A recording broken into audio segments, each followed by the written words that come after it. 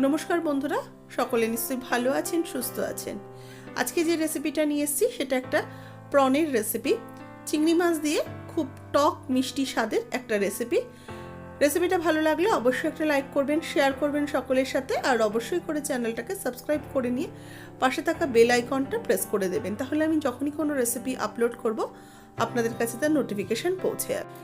এই রেসিপিটা সাদা ভাতের সাথেও যেরকম ভালো লাগবে, আপনারা এটা যে কোনো রকম রাইসের সাথেও কিন্তু পরিবেশন করতে পারেন। নতুন বন্ধুদের স্বাগত জানিয়ে পুরনো বন্ধুদের পাশে থাকার জন্য অনেক অনেক ধন্যবাদ জানিয়ে শুরু করব আজকের রেসিপি। Welcome to মিমিজ recipes. চলুন দেখে নিই কীভাবে তৈরি করছি। এখানে চিংড়ি মাছগুলো ছাড়িয়ে পরিষ্কার করে নেওয়া রয়েছে টমেটো, কাঁচা লঙ্কা। তো টমেটোগুলোকে প্রথমে আমি এই টমেটোর যে ওপরের যে শক্ত অংশটা সেটাকে একটু খুলে বার করে নিচ্ছি। নিয়ে টমেটোর ভেতরে যে পাল্পটা সেটাকে আমি বার করে নেব। দেখুন, আমি টমেটোটা এইভাবে ফাঁকা করে নিচ্ছি। একদম ভেতরটা কিন্তু যে বীজগুলো রয়েছে সেগুলোকে আমি বার করে নিচ্ছি। তবে এই বীজগুলো যে ফেলে দেবো তা নয়, এগুলোকেও ঠিক কাজে লাগিয়ে দেবো। টমেটোটা থেকে আমি সবকটা টমেটোর থেকেই এরকমভাবে বার করে নিলাম। আমার 250 গ্রাম চিংড়ির জন্য 3খানা টমেটো নিয়েছি। টমেটোগুলোকে এবার প্রথমে মিক্সির মধ্যে দিয়ে নিচ্ছি। পাল্প বার করা যে টমেটোটা রয়েছে সেটা মিক্সিতে আমি একটা পেস্ট করে নেব। দেখুন, পেস্টটা তৈরি করা হয়ে গেছে।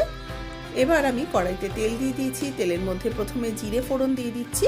গোটা জিরে ফোড়ন দিয়েছি। ফোড়নটা একটু হয়ে গেলে দিয়ে দেবো কাঁচা লঙ্কা কোচানো, আর তার সাথে দিচ্ছি কারি পাতা, কাঁচা লঙ্কা আর জিরে, এগুলোকে একটু নাড়াচাড়া করে নেবো। সুন্দর যখন ফ্লেভার বেরোতে শুরু করবে এর মধ্যে অ্যাড করব আদা, রসুন, কাঁচা লঙ্কার পেস্ট।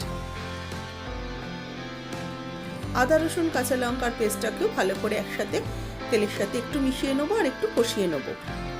একটু ঝাল ঝাল হবে, ঝালটা নিজেদের টেস্ট অনুযায়ী অবশ্যই অ্যাড করবেন। এবার আমি চিংড়ি মাছটা দিয়ে দিচ্ছি। চিংড়ি মাছটা দিয়ে ভালো করে তেলের সাথে আর মশলার সাথে মিশিয়ে নিয়ে একটু ভাজা ভাজা করে নেব। রান্নাটা কিন্তু খুবই সিম্পল, কিন্তু খেতে ভীষণ টেস্টি হয়। আমার কথা মতো আমি যেভাবে করেছি একবার করে দেখবেন, খেতে কিন্তু বেশ অন্যরকম লাগবে।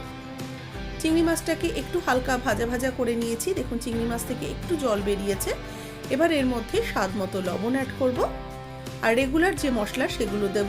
হলুদ গুঁড়ো প্রথমে 1/4 টিস্পুন, জিরের গুঁড়ো 1/4 টিস্পুন, আর ধনের গুঁড়ো দেবো 1/4 টিস্পুন। তার সাথে লঙ্কার গুঁড়ো দিলাম 1/4 টিস্পুন। এবার এই সমস্ত মশলার সাথে ভালো করে চিংড়ি মাছটাকে আবারও মিশিয়ে নিচ্ছি।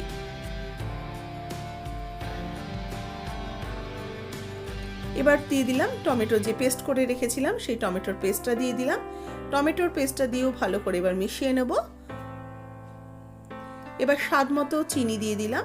যেহেতু টমেটোটা অনেকটা পরিমাণ গেল, সেই জন্য একটু চিনিটা অবশ্যই অ্যাড করবেন। এবার আমি পাল্পটা দিয়ে দিলাম। তবে পাল্পটা কিন্তু দিয়ে খুব বেশি রান্না হবে না, সেই জন্য পাল্পটা একটু শেষের দিকে দিলাম। একটু নাড়াচাড়া করে নিয়ে দিয়ে দিচ্ছি আমি কাশ্মীরি মির্চ। যেহেতু টমেটো চিংড়ি একটু লাল লাল হবে, সেই জন্য কাশ্মীরি মির্চটা দিলে সুন্দর একটা কালার চলে আসবে। ভালো করে মিশিয়ে নিচ্ছি এবং আরেকটু শুকিয়ে নেব। দেখুন, অনেকটাই শুকনো হয়ে গেছে মাছের এর প্রিপারেশনটা। এবার নামানোর আগে আমি 1 মুঠো ধনে পাতা ওপর থেকে ছড়িয়ে দিচ্ছি। ধনে পাতাটা দিয়ে হালকা মিক্সড করে এটাকে নামিয়ে সার্ভ করে নেব। একদম কিন্তু রেডি হয়ে গেছে আমার এই প্রনের রেসিপিটা, টমেটো প্রন। কেমন লাগলো রেসিপিটা? ভালো লাগলে লাইক, শেয়ার, কমেন্টস করতে ভুলবেন না। এবং নতুন বন্ধু যারা আজকের ভিডিও আমার প্রথম দেখছেন তাদের কাছে অনুরোধ রইল চ্যানেলটাকে সাবস্ক্রাইব করে নিয়ে পাশে থাকা বেল আইকনটা অবশ্যই প্রেস করে দেবেন। দেখা হচ্ছে অন্য কোনো ভিডিওর সাথে। ভালো থাকবেন, সুস্থ থাকবেন, ধন্যবাদ।